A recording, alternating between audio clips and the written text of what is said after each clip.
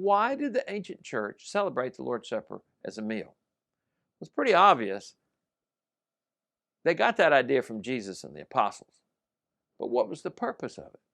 Well, one purpose is it serves as a prophetic type of the marriage supper of the Lamb.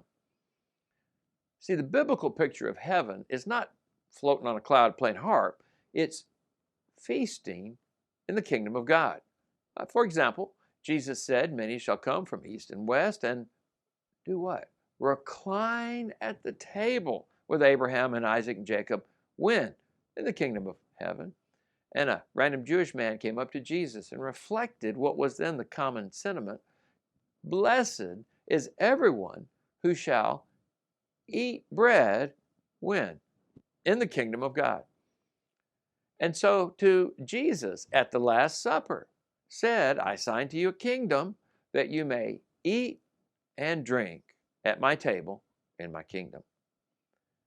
So at the Last Supper, Jesus said, I have earnestly desired to eat this Passover with you before I suffer. That's why we call it the Last Supper. It's the last one Jesus ever ate with us. But although often today when we celebrate the Lord's Supper, we only look back to the past, to the cross, Jesus himself introduced many forward-looking aspects in the Last Supper.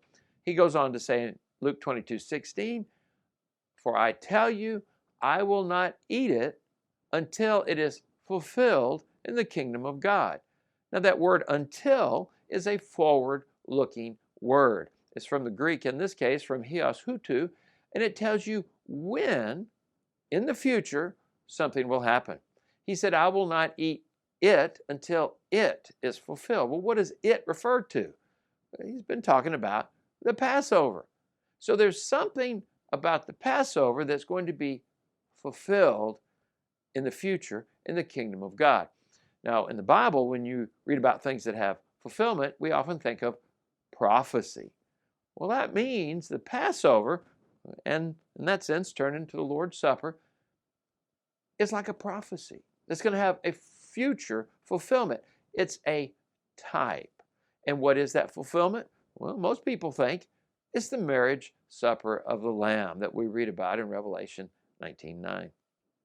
So the Passover, of course, looked back to the Exodus from Egypt when the death angel passed over and spared the firstborn of the Israelites. But the Passover also had a forward-looking aspect to it. Fritz Reinecker, a German theologian, said the Passover celebrated two events. First, the deliverance from Egypt, and second, the anticipated coming messianic deliverance. It looked backwards, it looked forwards. Now, so too the Lord's Supper looks backwards, of course, to the cross, but it also looks forward to the second coming. This is reflected in the Baptist Faith and Message of year 2000. The Lord's Supper is a symbolic act of obedience whereby members of the church, number one, memorialize the death of the Redeemer, and number two, anticipate his second coming. So when you celebrate the Lord's Supper, do you only think of what happened on the cross, or are you also reminded of the second coming of Jesus? You should be thinking both directions. So why did the ancient church celebrate the Lord's Supper as a meal? First reason I gave is it's a prophetic type of the marriage supper of the Lamb.